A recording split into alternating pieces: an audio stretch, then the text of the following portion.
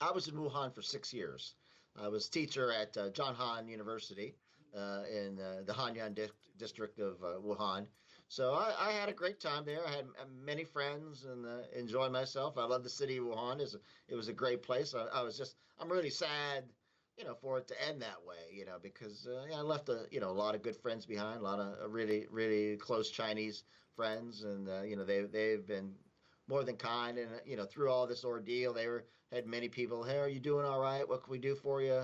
How can we help you? So, in fact, the last person that I saw was a lady, Lisa, is her English name, and she's a Chinese lady, and she's had been sort of like the caretaker of the apartment building that we were in, and so I saw her and gave her the keys, and Chinese people aren't real huggy, but I said, give me a hug, gave her a hug, and she doesn't speak English very well, and she just said, I love you, and it made me cry. I mean, I broke down a little bit and said, I got, so I just feel bad, leaving my friends behind. I know they're still, living this, living it on a much, closer day to day kind of things, because people are sick and people are dying. And I've had friends that tell me that a friend of mine, Shing, told me that her dad has 3 friends who died, and another friend, and someone else, Jane, told me she had somebody that she knew that died. So yeah, I mean, it's hitting home close, and and these people, I care about them. So so that makes me feel,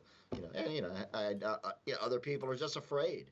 I have a teacher friend who's a smoker. She smoked, and she's 62, and she thinks she's deathly afraid because she thinks if she gets sick, it's a death sentence for her. So she said, I'll die for sure.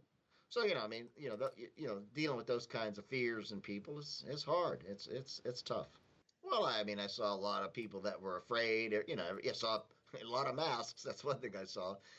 You didn't really see much because no one was out, and which was the most jarring such thing, because Wuhan, like many Chinese cities, there's people always out, people walking. There's the streets are almost always crowded with people. So just so for the 3 weeks, seeing nobody on the streets or very, very few people anywhere is the most the biggest sign of people were being afraid. And